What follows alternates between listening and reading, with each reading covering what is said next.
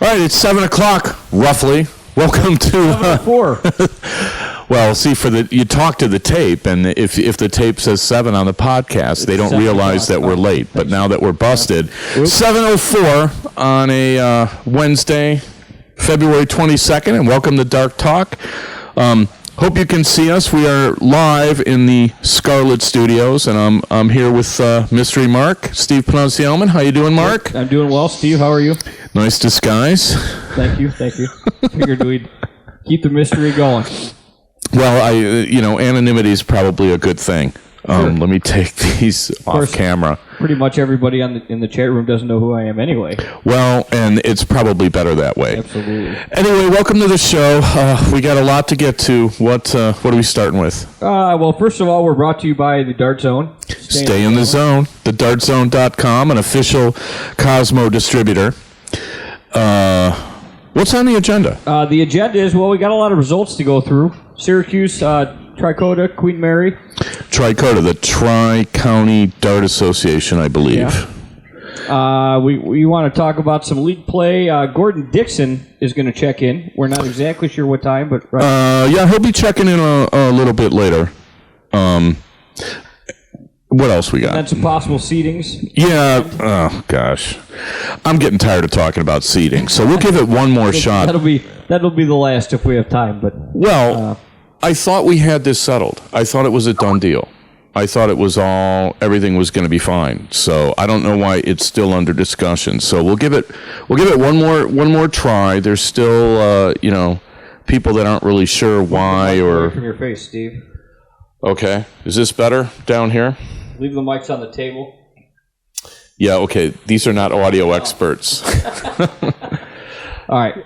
So anyway, why don't you... I think you wanted to talk about a little league play? I do, but I'll get to a result first. I'll tell you what. I'm going to take a look at the levels real quick. Why don't you do the TRICODA results, like top 4 of all the events? No, we'll do that. All right, out in TRICODA, top 4 501 men's singles. Ryan Vanderwheat and Alan Matthews tied for third and fourth. Chris Linkos second, and Joe Huffman was the winner. Then you have that was out of 89 entries. The men's doubles 501.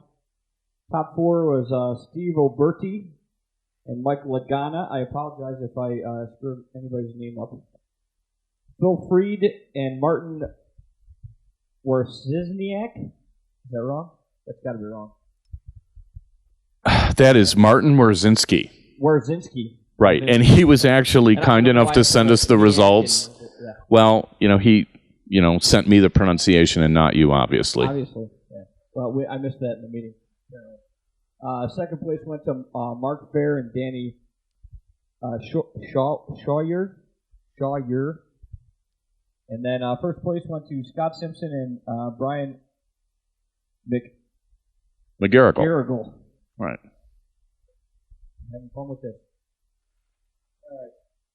All right. That was men's doubles cricket. Top 4 went to Jeff Morgan, Andy Wood, tied with Ryan Vanderwheat and Mark Onsdorf. Second place went to Mike Sarandos and Doug Watkins. And then first in the men's doubles cricket was Joe Huffman and Scott Frazier Jr. And then we get to the ladies. The ladies 501 singles. Top 4, Paula Bushy, Christine Murphy, and then second place was Dorothy Labori Spencer, and she was beat by Marilyn Pop for first place. Ladies doubles 501, top 4, Megan Wren, Bella Mito, and Paula Bushy, and Maria George. And then second place was Marcia Loach, Marilyn Pop. Marsha Locke. Okay, I screwed that up completely. No, it's okay. Marilyn Pop, and then first place went to Vicky Haight and Dana Webster. Ladies singles cricket, top 4, Julia Oberti, Christy Rolka, and then second place was Lynn M. Martin Coggett, and first place went to Marilyn Pop.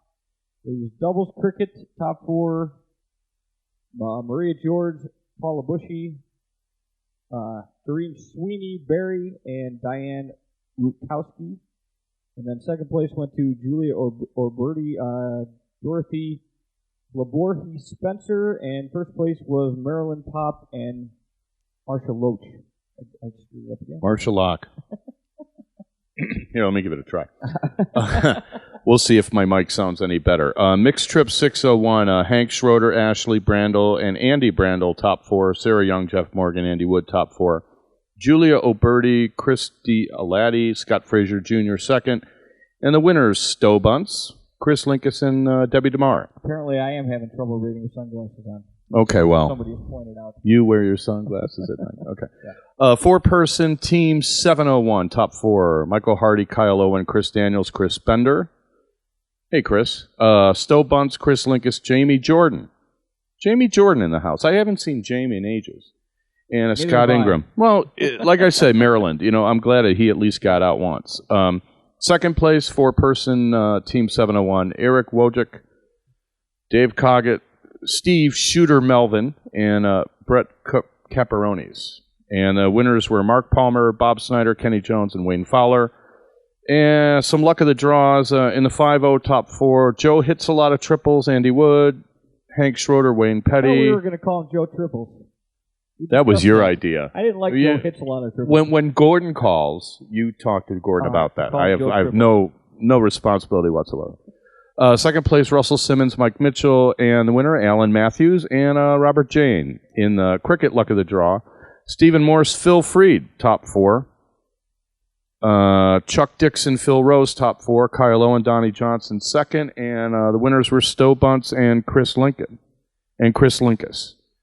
And that is the TRICODA results. You got a date? So, no, but apparently the audio's a little better. Okay, good. So the tape hiss is coming because I'm still too loud.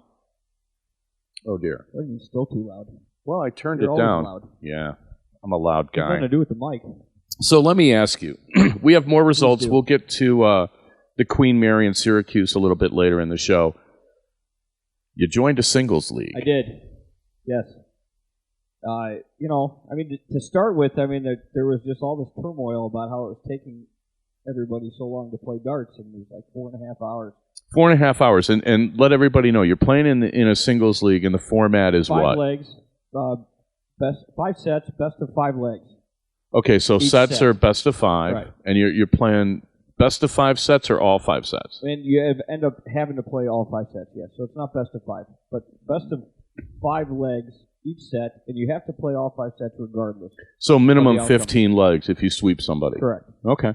And the first couple of people came out, and it was taking like 4.5, 5 hours, and they sent out this email thinking it was going to be ridiculous that it should take this long. Is it all cricket? Is it all 5-0? No, is it mixed? 501. All 501. It's all 501. So somebody took. But you're also talking about a bunch of amateurs. Well, yeah. So I mean, to be honest, we're all amateurs. Right. I mean, this whole deal about, I'm a pro and that guy's not a pro is sort of lost in America.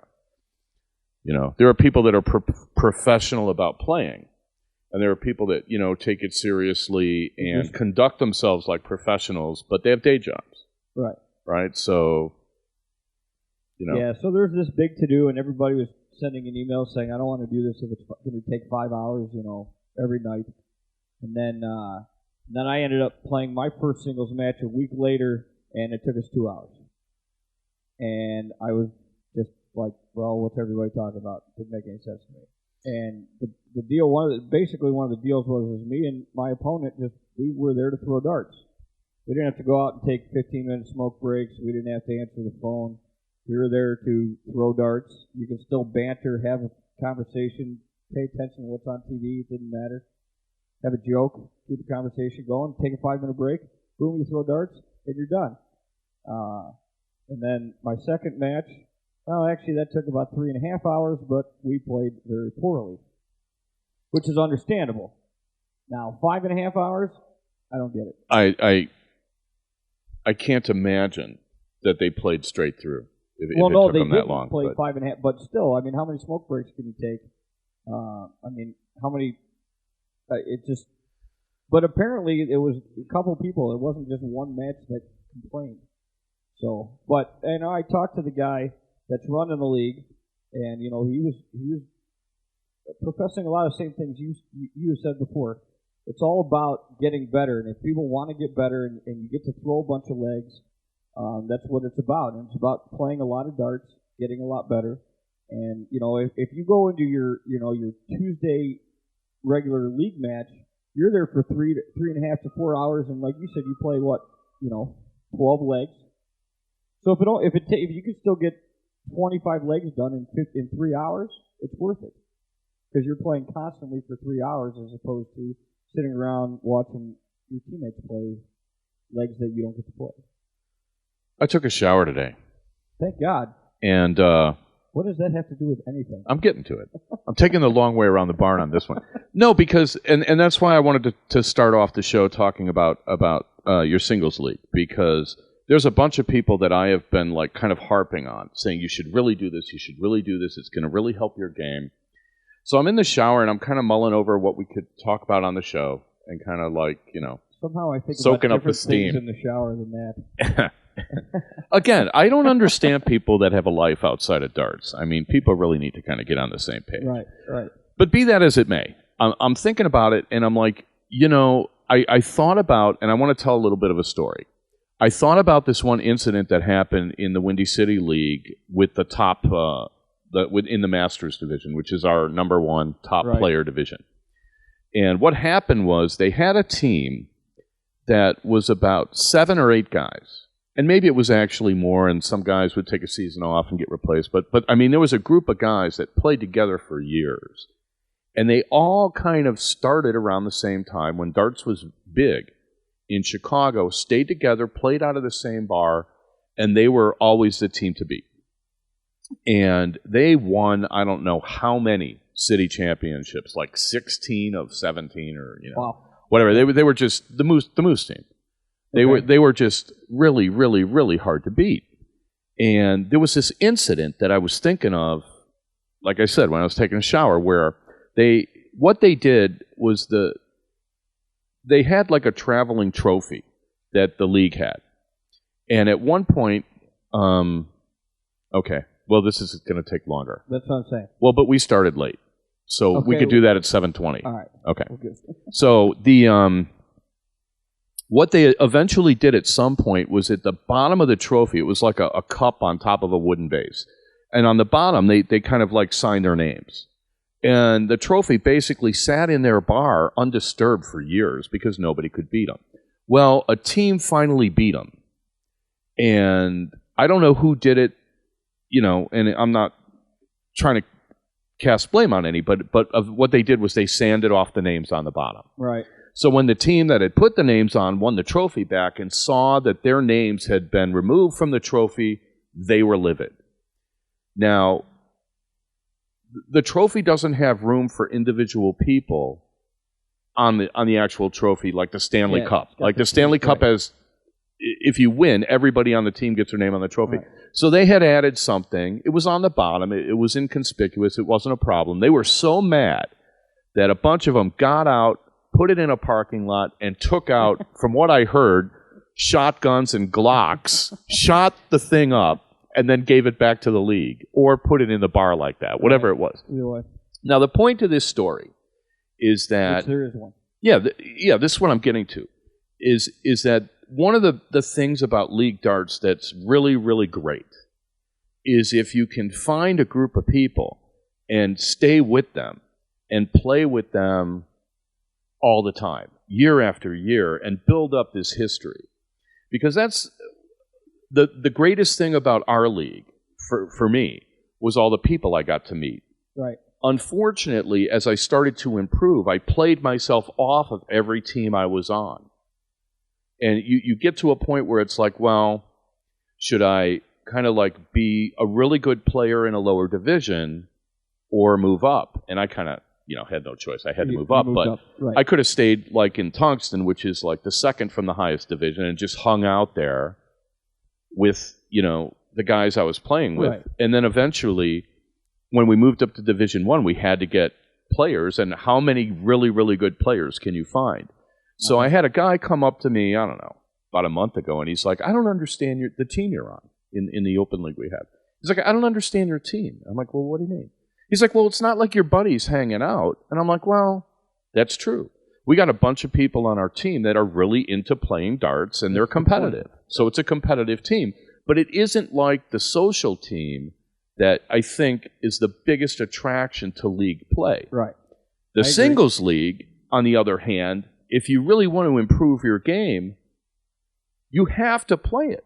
Because, and you know, I'm trying to solicit other formats from other leagues, but basically the team leagues, as great as they are for the social aspects and everything, are terrible for your game. Yeah, They're terrible. They don't do anything for you. They're playing a mixed league where you play one leg of singles all night long. If you're lucky. And people are like, hey, I beat you. Only 4 out of 5 guys, 6 guys on the team get to play singles match anyway. I remember the first season I played mixed league, and the guy wins the diddle, and he's like, let's play 301. And I'm like, huh? He goes in on a 140 or 120. I go in on like a 109. He throws a $140. I throw a ton, and he takes it out. He's like, good game. And I'm like, was it? Are we done now? I threw my 6 darts. Can I sit? I'm so glad that I drove across town for this. I mean, it's absurd. But, you know, the social aspects and all that stuff are supposed to make up for it. So that's my kind of thing with the singles leagues, because... And that's where I came up with that idea I talked about last week about dividing your leagues into recreational and competitive, because you can have a team format that's more competitive. You can get 3 guys where you each play round-robin singles against the other 3 guys, throw in a couple of doubles and a 3-person, so you can still play a league team match, but actually get some darts in. Throw some darts and be competitive. And everybody's sitting around. Well, and there's an emphasis on doubles. Not only that, some people show up because they don't play till the 4th game anyway, so they show up at 9:30, and some people leave at 10 because they're done. And, you know, it's like, so you have a round robin of 6 people showing up, and it really, you know, and I don't know, it makes them happy to come in there and throw 2 darts, have 2 shots and a beer, and leave. But, I mean, you know, you're talking about growing the sport, and most people, this is how their introduction to the sport are these leagues. Right. You know? The singles league obviously is way better. But you have to convince people that, you know what, you're going to sit there for 3 hours during a league match. You might as well sit there for 3 hours during a singles match and be playing all 3 hours. Yeah, preaching to the choir. I got to agree with that. Let's remind everybody we're brought to you by the Dart Zone. Stay in the zone. Stay in the zone. TheDartZone.com is an official Cosmo distributor. You guys can like us on Facebook. Follow us on Twitter at Dart Talk. You can always email darttalk@gmail.com. We're pretty good at getting back to everybody, although apologies to Tom Sheets. I did see your email, and I have not gotten back to you because I've been busy moving equipment the last couple of days. And then tell everybody again about the Blazing Saddles tournament. Don't forget about the Blazing Saddles Charity Open, April 6th, 7th, and 8th, Lexington, Kentucky. Brought to you by John Mango Frank. It's a charity open. It's a $5,000 plus event to benefit the Moose Lodge Charities, Wounded Warrior Project, Military Missions. They have some things set up that include a tournament swag bag, 2 free events if you pre-register, a free $250 suite. Drawing for those pre-registered and pre-booked into the hotel by March 26th. Blind draw trips and custom make-and-mark bottles for first-placed individual trophies. Great event for charities. For more information, check out John Frank on Facebook or check the tournament flyer on Dart Talk. Awesome. What do you think about that? Well, one of the other things... Enough with the singles league. We've pretty much exhausted that all. Well, you know, and again, you know, listeners who are downloading the podcast off iTunes or TuneIn.com, feel free to email us with your league format if you think that it's a good one. Because Pulpit9 says their league problem is 6 to 8 players per team, and that makes it even worse. You just don't get to play any darts. Like I said, you know, for social recreational players, you know, if you've got 6 or 7 people that you really enjoy hanging out with every Tuesday or Wednesday or Thursday night, it's great. But it's not good for your dart game. And one of the reasons I'm going off on this rant is because. Brought to you by the Dart Zone, Stay in the Zone. Steve's weekly rant. Ugh, gosh. No, seriously, because there are a lot of players with a lot of potential. There are a lot of players that could be much better and perform much better than they do, especially at tournaments. I understand tournaments, different format, people get nervous, and it's much different than just playing in your local bar. I mean, I get that. But at the same time, it seems to me that if your league format was more conducive to improving individual play, you'd improve. Right. You know? I think one of the problems too is like, take every team. There's probably going to be one individual that's the best on the team. Now, a lot of times, if that person sometimes feels loyal to the team, they don't switch teams to move up, and they stay on that team, and that doesn't help their dart game anymore either. And they're like, well, I've been playing for this team for 5 years. We just won nickel. We went to tungsten. We got killed, so we moved back down to nickel, and then.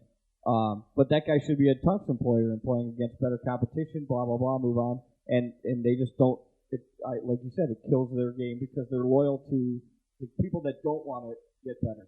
Well, yeah, and you're kind of like torn between, the recreational side where, you want to hang out with your friends, right, and the side where it's like, well, if I'm going to spend all this time playing darts, I would sure like to get better. Because I'll tell you, the better you get, the more fun it is. Right.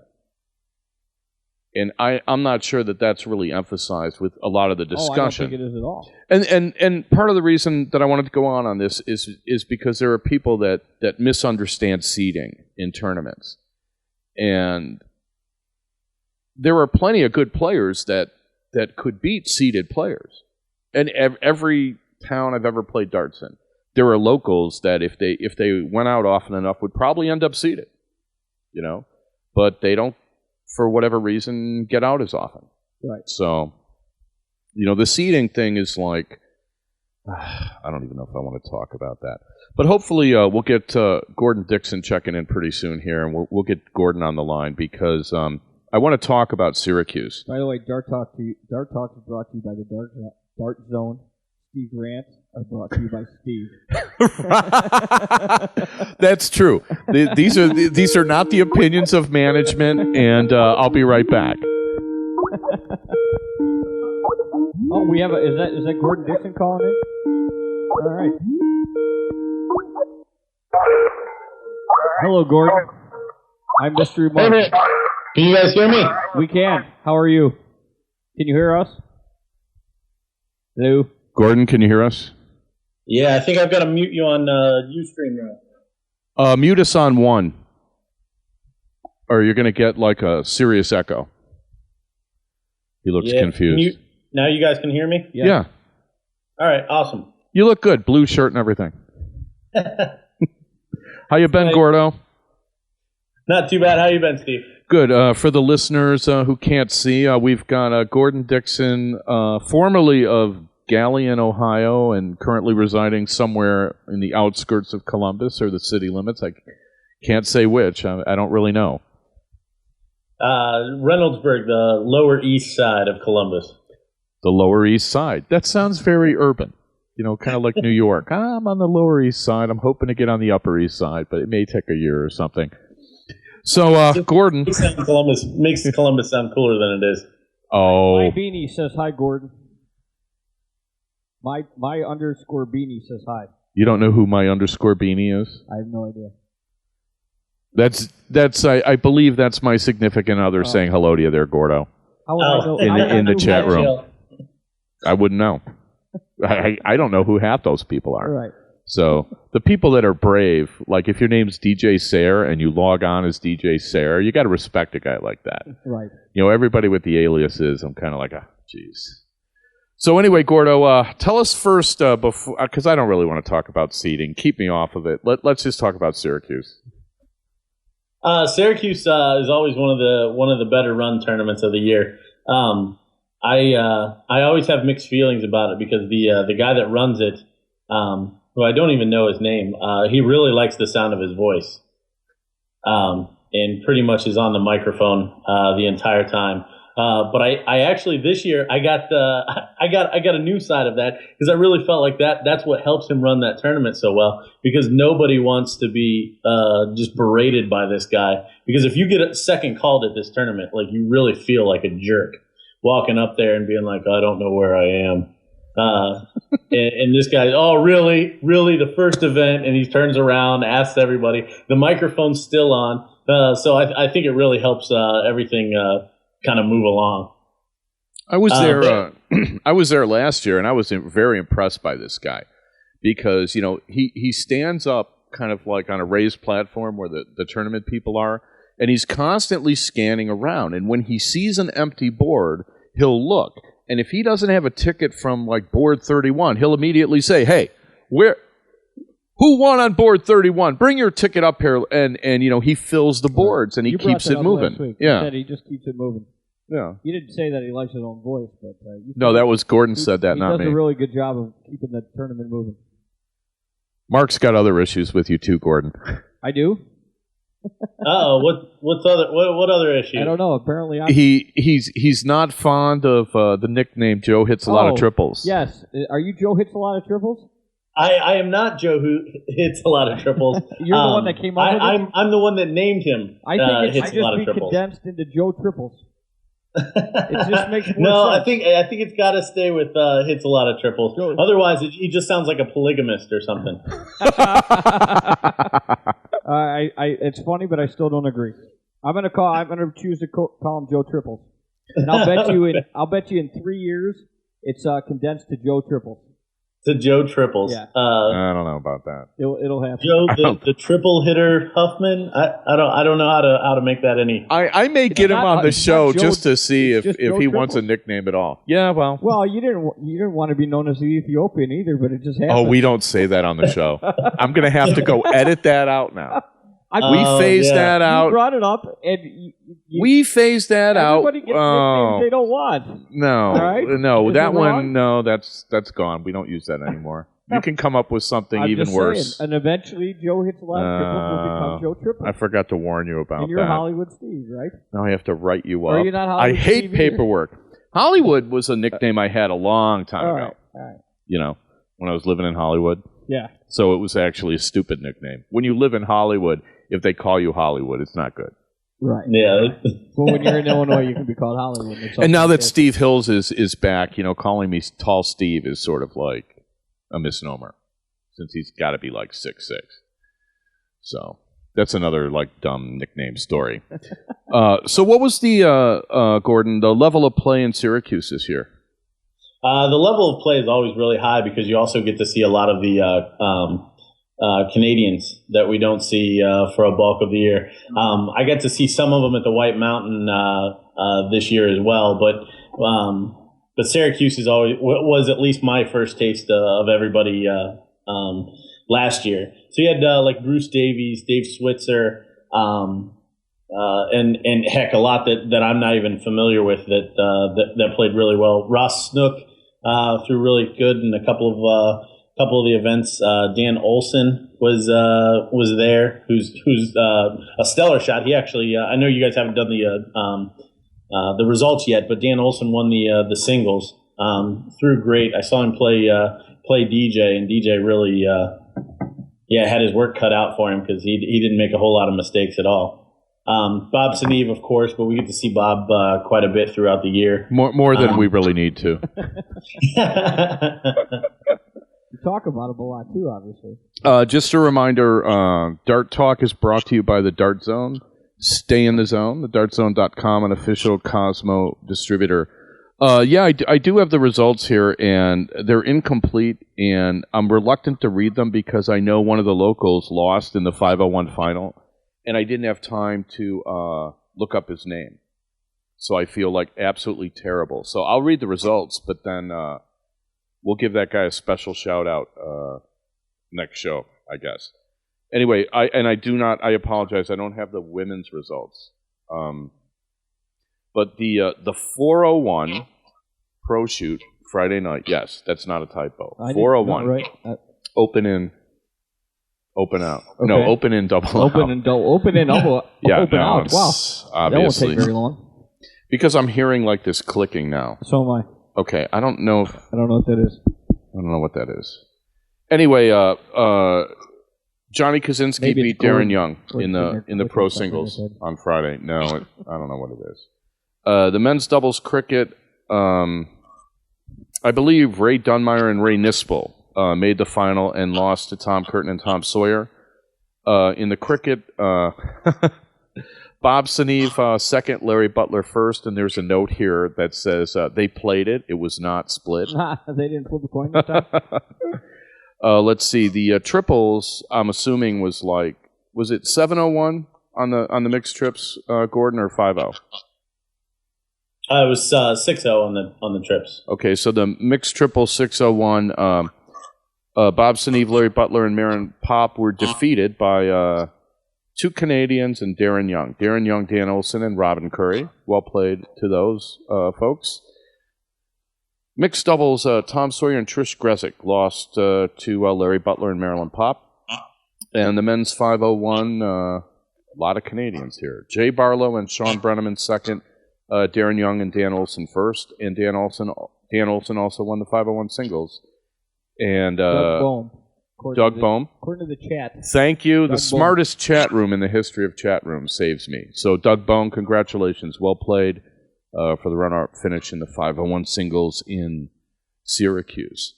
Who did not get a weak walk to that final either. He's the one that took out Darren in the top 16 or the top 8 in a good three leg match. Yeah, I seem to remember the field in Syracuse being extremely strong. So I don't know. And again, I don't really want to get on seedings, but a lot of these tournaments, once you get to the top 32, top 16, I mean, there's no easy matches. Even if somebody's not seeded, that they've played pretty well to get where they are. Every now and then somebody maybe gets an easier bracket than other people, but you're gonna have to play well to do well at these big tournaments. I don't think there's any question about that. But seedings, Gordon, for or against? Well, I put an asterisk next to the question. I knew it. See, he's going to equivocate. Of course. I'm for seedings as soon as there's separate a pro division and an amateur division. Until then, I don't think there should be. Until then, I know I'm in the minority in this, but I don't think there's a good way. Therefore, I don't think there is a way to have seedings at the tournaments. You don't think there's a good way to seed? Well, you don't listen to the show often enough. I came up with I had this solved 4 months ago. Oh my goodness! What is the problem? You do the Wimbledon system. Let the tournament directors do what I did. Let them look at the ADO rankings and the PDC rankings and the new NAPTA rankings, and let them look at the Bullseye News, and let them see their events. Let them do it. It's very easy to computerize it and just go off of any one thing, but I don't think anybody would agree that you can use just the ADO rankings or the darts database or anything like that. I mean, you need something that kind of has a more holistic approach to things. So, but a tournament committee could easily seed their own tournament. They know what you did last year. They know what you did the year before. They know what their local players are like. And I don't see why they don't do that. I think it would be fun for the tournament people to sit around and seed their own tournament. I think that they would have a good time doing it. They could always get input from the local pros. Every tournament I've ever been to, there's some really good local shots that travel from around there. Everybody knows who's who. I mean, if you want to seed, Darren third and you fourth, and then the next tournament they seed you second and Darren first, I mean, it doesn't really matter in the long run whether you're seeded, 16th or 11th or 10th or 4th. In the long run, it doesn't really matter. The notion of seeding, though, I am convinced that you'll get more travelers traveling if they start seeding, especially the 01, and making it minimum best of 5. And then go to best of 7 in the money rounds. That's where I want to start with the tournaments, is extending the format. I really don't think seeding can come around until we have a better tournament system than what we do now. I'm trying to prioritize what needs to be done, and I think easier than seeding is extending the format in these things. So if we can get tournaments on board with that, now we can have maybe a little bit better idea. I think that improves your seeding because I think then the better player wins more often. So now we've increased or bettered the seeding program that we could have, and now we implement that into the tournaments. I know I'm almost sitting on a fence here, but at the same time, I think we need to prioritize what changes we're looking for at these tournaments and what we can actually implement. But from what he said, though, he's saying that if you extend the formats, that's helping the seeded players, and that's really not what you're getting at, is it? You're actually trying to get at... Well, no. That's true, and I think because he lives in Ohio, I suspect that fence is a white picket fence. So Gordon may start to get a little uncomfortable with this conversation. The longer formats are a separate issue, and generally, the longer the format, the more that favors the stronger player. Right, that's what he's saying, but that's not what you're getting at by seeding. No, it's not what I'm getting at all. To get more players involved by seeding. Well, I think it benefits locals who are unseeded to seed, and that's a misconception that I would like to dispel among people that figure they're not going to get seeded. There are plenty of really good players that if they played more often would be one of the seeds if you went, like, say, by the ADO rankings. Right. You know, the ADO rankings, you can only get ADO points by going to ADO tournaments. So if you don't go to a lot of ADO tournaments, you're not going to get a lot of points. I mean, it's really that simple. And the emphasis with the ADO is kind of on the regionals, because you go to a regional and if you win it, you get a lot of points, but then they fly you to a tournament where you can also get points. So literally, I mean, if all you did was play in the 4 ADO regionals and win the singles at the tournaments they send you to, you'd probably be in the top 5. Right. I mean, I don't think it's ever been done. I mean, they're extremely tough fields, but in theory, that's overloading your ranking system to favor your own tournament structure. Okay, they weight it where certain tournaments, depending on how much prize money they are, you get more points. So you get more points for a $15,000 tournament than a 10, and more for a 20 than a 15. But it doesn't take into account anything like strength of field. Right. Like, I've been to Indianapolis every year, I think, for 5 years, and as the local participation dropped, the people that traveled to it, the good players still came. So you would walk into a room, they'd have 40 people in the singles, but 32 of them would be seeded or close to seeded, right, or had a chance to win the tournament. So you don't get many points for that tournament, but at the same time, if you go to a tournament with 100 players and there's only 15 pros, you'll end up getting more points for finishing a top 32 there than you will finishing in a top 4 in Indianapolis with an infinitely tougher field. So, I mean, there's kind of built-in imperfections in a ranking system like the ADOs, and so the ADO's an easy target, and, I get that. But once you start seeding tournaments and you start lengthening the format, and if the ADO would change the way they assign points, then if all the ADO did was change the way they assign points, you could go by the ADO rankings. If they started doing things, well, the way they do the points is, it's not like you get 50 for first, 25 for second, 12 for third and fourth, and 6. They're way closer together. Like, if you get 72 for first, you get like 68 for second. And you get like 58 for top 4. So, on the points thing, it's hard to, you're rewarded more for attendance than you are for performance, the way they've weighted the system. Right. And they may have had reasons for doing that, but I don't agree with them. No, I completely agree with the ADO stuff. But we talked last night as well. I'm not a big fan of the NAPDA CT563, whatever that thing is.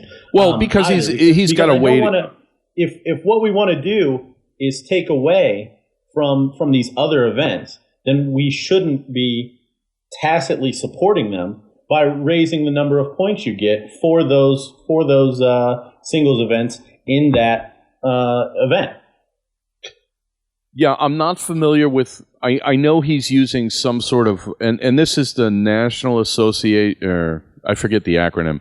And my apologies, because I will mention this on another show. I'm a little fried today, but He's got a weighting system where he looks at how much money you win in an event, but there's a multiplier of some kind that gives you like points. So it's a very odd, and I'm sure that there's a reason he does it that way. I just don't know what the reason is. North American Pro Dart Alliance. Yeah, the North American Pro Dart Alliance. So he's and what they're trying to do is assimilate the Canadians, and because they have a completely separate tournament structure and play completely separate events. They don't really play cricket. They play all 5-0. Okay. So he's trying to figure out a way where everybody could get ranked by the same system because the ADO won't rank Canadians. Which I'm all for that. I mean, they play down here, and I hate to make it us them. No, we play together enough that it should be. If we're going to start seeding tournaments, and they should be included. What do you mean, you people? But you see what I'm saying. They play our tournaments enough that needs to be taken into account. However, I really don't like the multiplier. I think if you make $600, you should get 600 points, and if second place is $300, you should get $300. Because I'm sorry, like you just said, a small $10,000 tournament that has 40 people, 32 of which can win it. Virginia Beach is $1,200 for first, and there's 270 people in it. You probably didn't have to beat all that many more good players at the end of the day. Well, that's true, and that's one of those weird BCS things where how do you assess strength of field? So if you had a seeding system, and then you said, well, there were 10 seeded players at this one event and only 2 seeded players in this event, it would give you some indication of strength of field. But I mean, this is starting to get pretty complicated. If the ADO would just keep track of the Canadians that get results in their tournaments and add them to the rankings separately, so they would have like a North American list that included Canadians and then just an only American official ADO member ranking, that would be helpful. So instead, you have to reinvent the wheel, and now you're trying to bring in all these tournaments in Canada that play completely different events. They don't play any cricket. So, I mean, I'm not really sure how you're supposed to come up with something good. Americans are going to get credit for cricket, so you're either penalizing Canadians for not playing cricket, or what are you going to do? Double? It's like you're going to put everybody in one system. But then what? The Canadians are all 501 players, so if you do a 501 ranking, then you have to dump all the cricket results from Americans. I mean, it doesn't make a lot of sense to me. Well, and this all feeds into my point that maybe we shouldn't be seeding our tournaments until we have better, more congruent ways to run the tournaments. Yeah, I don't know. Until we have a set way to run a tournament. You got to start somewhere. I mean, they're using the Ben Pro rankings. What do you think of Jay Tomlinson's system there? I actually, in my opinion, that's my favorite of all the rankings for two reasons. One, there's a limited number of events. If you make it to 8 events or whatever it is, your top 8 finishes for either cricket or for 01 is all that's taken into account. Right, so, and then he also counts pro singles because and for the life of me, I don't understand why the ADO won't sanction pro singles. But just let me fill in mystery Mark here, Gordon, because he doesn't know what the Ben Pro rankings are, and maybe some of our listeners don't. What he does is he'll take your 12 best finishes in the big tournaments and assign points. So you get so many points for top 8, so many for top 4. Big tournament money? 20,000 or more. Okay. Total purse. Right. And once you get to your 13th finish, if it's not better than one of the ones that is already listed, it just gets ignored. And what it does is it kind of like it completely eliminates, I don't know, 30 of the 38 tournaments held in America this year or something like that, some big number. But it also includes like the PDC events that they hold. Right. So it gives you kind of like an overview, and he calls it pro rankings because, the bigger tournaments, that's where the pros go. Right? Right. So just a reminder, we are brought to you by the Dart Zone. Stay in the zone. TheDartZone.com is an official Cosmo distributor. And once again, coming this April, 6th, 7th, and 8th, the Blazing Saddles Charity Open, presented by John Mongo Frank. It's a charity open that supports the Moose Lodge charities, the Wounded Warrior Project, military missions. They have a swag bag, 2 free events if you pre-register, a free $250 suite drawing for those pre-registered and pre-booked to the hotel by March 26th. They blind draw trips, custom Maker's Mark bottles for first place individual trophies. Great event for charities, and for more information, check out John Frank on Facebook or check the tournament flyer on Dart Talk. Yes, and DJ, or I'm sorry, I'm reading the chat. Gordon, I appreciate you coming on the show. I hope you'll come on again real soon. Oh, certainly. I love chatting with you. Wait till we start talking about cricket, and then we can watch the smoke coming out of your ears. It'll be great. We'll have to get DJ in on that too, and we'll recreate. It's been a year. It's a 1-year anniversary since our drive backs from Syracuse from last year. It still hasn't felt quite long enough, though. Dare I ask what happened on that drive back? Or? Well, I'll tell you. Let me get rid of Gordon here and say goodbye to him. Say goodbye to Gordon, and then let's do Gordon. the Queen Mary results. All right. Have a good one, guys. Good chatting with you. Thanks Take for coming care. on. All right, so we got some Queen Mary results for you. Men's, what is this? 1 to 100 entries. I know, but all right. So, anyways, just men's. So, men's top 4: Paul Lim and Darren Flowers. Carlos Calderon got second, and Chris White got first. Men's cricket: Joe Burt, Paul Lim, top 4. Carlos Calderon again, and then first place Chris White again. Women's top 4: Sue Noon, Valerie Wolf, Tina Marie Cunningham got second. Rylan Williams got first. Women's cricket, top 4: Linda Hines, Helen DeSanto. Second was Billy Hartman, and Rylan Williams got first in the women's cricket. And that's all I got. Okay, the Queen Mary Open. I was talking to John Kramer about that one time, and he was telling me that at one point when they had hundreds of players, you would go, pick up your slip to go play, and they would give you a map to show you got to go up this gangway and up this, set of stairs and then hook around to this deck. And so they had, I guess, dartboards scattered all around the ship. It sounded, like they're going to get broken ankles or something by the end of the tournament. But Or exhausted. Well, stair climbers are good. Yeah. I wanted to mention before I forget, we had a couple of losses in the dart community this week. The proprietor of Boudreaux Darts had been ill and passed away the other day, so thoughts and prayers out to him and his family, and also Steve Ryan, who I didn't know, but Steve Brown from St. Louis put a nice post in memory of Steve Ryan. So thoughts and prayers and condolences to his friends and family as well. And we had some birthdays. I got to get better at keeping track of the birthdays of everybody, but there's a lot of them.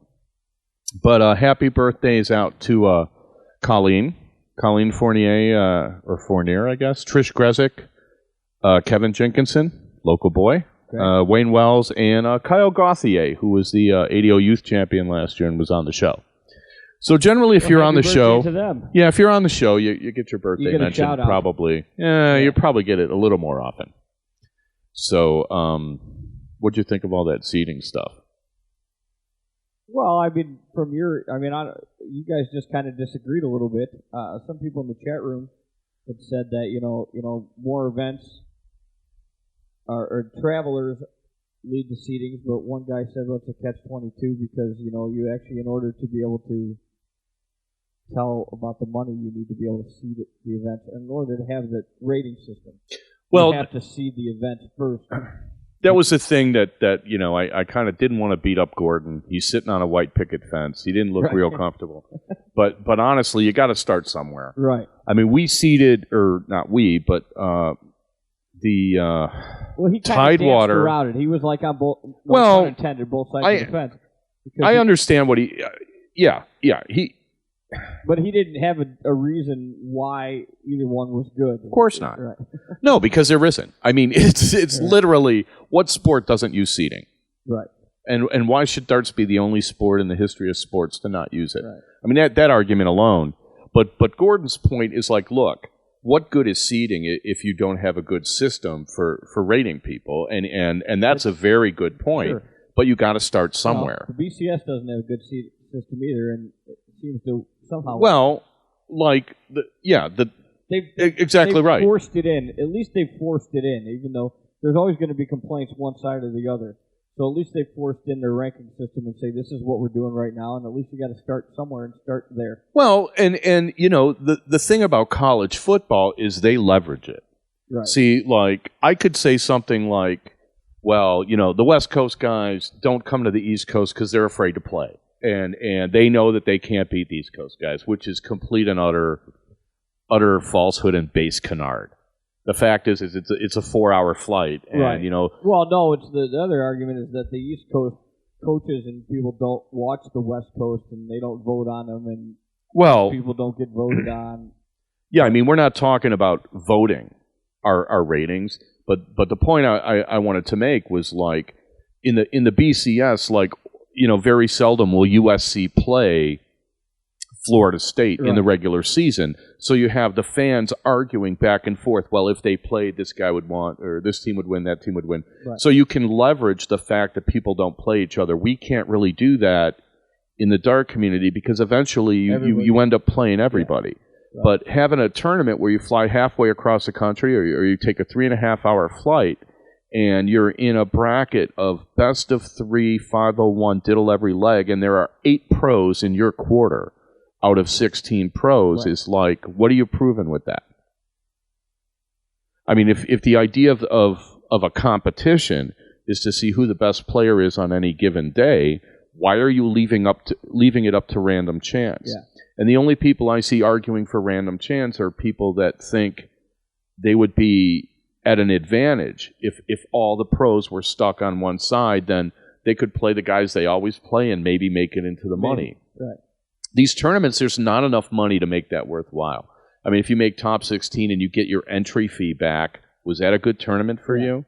And I tried to explain the math to somebody the other day, and I'm like, look, if there's 128 players and you seed 32, or if there's 64 players and you seed 16, all that really means is that the 16 people that you seed won't play each other in the first 2 rounds. That's all it means. Right. It also means that exactly half the field has a chance. Will not see a seeded player until the round of 32 because there's only 16 seeded players. Right. If the seeded players make it to the round of 32. So they're not really being all that disadvantaged. There's a little bit of a mathematical thing where, your odds of getting a seeded player in the first round go up a little bit, but that's offset by the fact that there's only going to be one seeded player in your bracket until you get to the round of 16. Believe me, if they did this, if every tournament did this for a year, it would eliminate all the complaining. And the only people that would complain would be people that would complain that water is too wet, the sky is too blue, whatever. In which case, that every draw gets the one pro. He's going to be the one. Oh, I drew the pro again. And I threw that out there. And I threw that out there the other day. And I was like, look, I mean, you could easily make up for this by seeding your blind draw, where all the anybody who's seeded in the singles, you put them in a separate pile in the blind draw and make sure they don't get paired together. Right. Okay? Isn't that a concession? Where now you're making the blind draw easier for the locals, right? Because they're not going to come up against the 2 top guys who accidentally got paired together. Right. Why not do that and then call it a wash? Yeah. See, we solve problems on this show, so I don't understand why they're still being discussed months later. We don't solve them. We just I just solved it. Come on. You didn't solve it because nobody's implemented it. Once you implement it, then maybe it's solved. It's not solved until somebody listens to it. Well, no, the solution is there. Now it has to be implemented. But the problem's solved. Oh, the problem is solved. Well, yeah, once you write down 2 + 2 = 4, the problem is solved. You give it to the teacher. If she doesn't grade your paper for a week, you still got it right. See what I'm saying? So you're assuming that we've got it right. That's not an assumption. Come on, really? Anyway, we're going to have... mathematically correct on this show with everything we talk about. We're getting close to the top of the hour. We're going to have Evan Waterman, the host of Darts Around the World, call in, and he'll give everybody kind of like a little preview. He's actually got a really good show going tonight, so hopefully I'll be able to listen to it. I mean, I'm usually like messing around with stuff after our show, and I get his podcast a couple of days later. Just a reminder, you can always get our podcast on iTunes. You can find it on tunein.com. I usually am pretty good about posting a link to the show the next day on our Facebook page. We will soon have our website up. It's going to take me, Steve's got a lot to do, and our sponsor's been very understanding in it. And that's what I wanted to talk about. I went to the coolest dart bar in Michigan last weekend. Really? For a blind draw. And I posted pictures, so if you're a friend of mine on Facebook, you can see the pictures. They're up on my Facebook page. They had 16 boards. Right. They had 8 on each wall. And behind the line, they had 15 feet for tables and chairs. And then a dance floor with tables and chairs. Area. Right. Yeah. And then on the other side, another 15 feet of tables and chairs. And then the lines. And then the boards. And the boards were so cool. They were in these big cabinets. These big white cabinets with a background that looked kind of like our background here at the Scarlet Studios. Nice. And, yeah, the Scarlet Studios. You didn't know? You didn't see the sign out front? Scarlet Studios? Okay. Anyway, so they had them in these white cabinets, and then when you opened the door of the cabinet, you saw the dartboard, and then on the door, inside of the door was chalk. Yeah. A nice big, chalkboard, and you could tell that it was reading glasses. Well, yeah, and you could tell it was designed by British people because they didn't have the 20, 19, 18, 17 for cricket. There was just a line there. That was it, yeah. Right? and they had chalk. And it was just, it had fantastic lighting. The boards, the boards needed to be updated. Yeah. They were kind of had some old round wire boards in there. And some of them were kind of hammered up a little bit. But what a fantastic place to play darts. What was the place called? That's a very good question. I'm glad you asked that. Yeah. It was in, I believe, Warren, Michigan. And apparently it was a private club, and they don't really use it much. And they had like a little smoking room, but you couldn't smoke because it's Michigan now. And Michigan went statewide non-smoking. But it was absolutely gorgeous. So the name of the place is actually, if you go on my Facebook page and look in the bottom left-hand side, you'll see it there. Because I forget honestly what it was called. Let's give me a second. I'll get Evan on the phone here. Evan is coming on the phone. All right. I do hear that beeping. I thought something was going wrong with my ears. I didn't know what was going on. Say hello to Evan. Hello, Evan. Welcome to Dart Talk. Hey, Mystery Mark. How you doing? I'm doing well, thank you. That is an excellent cowboy hat, by the way. You like Fantastic. that? I appreciate that. Thank you. Fantastic job on the studio, guys. It looks great in there. The Scarlet Studios. Studios, It's costing us $11 billion an hour. So we're going to have to get some sponsors because I can't really swing this. Oh, yeah, you're really doing it on the cheap. This backdrop is more expensive than you could possibly imagine. I figured he got the influence from that dart venue he was at not too long ago with all the English icons on all the boards and everything. The crests. They were coats of arms. Yeah, they were individual, and every dart cabinet had a different coat of arms, which I believe was like one of the founding members' coat of arms, or I'm not into heraldry or anything, once but a week to come in and do something different on our backdrop, that would be great. Well, I would like to get a chat room person. Get somebody to type in for chat room. But yeah, we were blown off by 2 separate people. I know. I have that effect. I have that effect on women. Yeah. I can drive them away faster than anybody I've ever met. Oh, you too? You've got that ability? I do, yes. So, Evan, is Bones there with you? I am here. Hello. Hi, John. How are you? Tremendous. You guys, it sounded to me, I only had a brief chat with Evan. It sounds like you got a pretty good show tonight. Well, it's pretty much packed tight because we weren't around last week to do a show, so we have everything kind of built up. But we have 2 guests for the first time ever from overseas. They're up right now. It's 2 a.m, and first is Chris Hale from a new magazine coming out called Inside Darts. And it's going to be a magazine form and then also digital format. And so it's going to be released internationally in 5 different languages. So we're going to get all the info from him tonight to start off, and then a guest we've had on before who is actually going to be having a bigger role with us, Richard Ashdown, who is a caller for the BDO and then also sometimes for the PDC. He has an accent. That's right, And the spotter. Spotter? Richard has an accent. Yes, he does. Okay. Actually, He adds flavor to the show. Both gentlemen do. Because there's something about a British accent that makes whatever you say sound somehow smarter. Oh, yeah. As if it came right out of the mouth of Trusting. Shakespeare. Sure, absolutely. Right, exactly. That is true.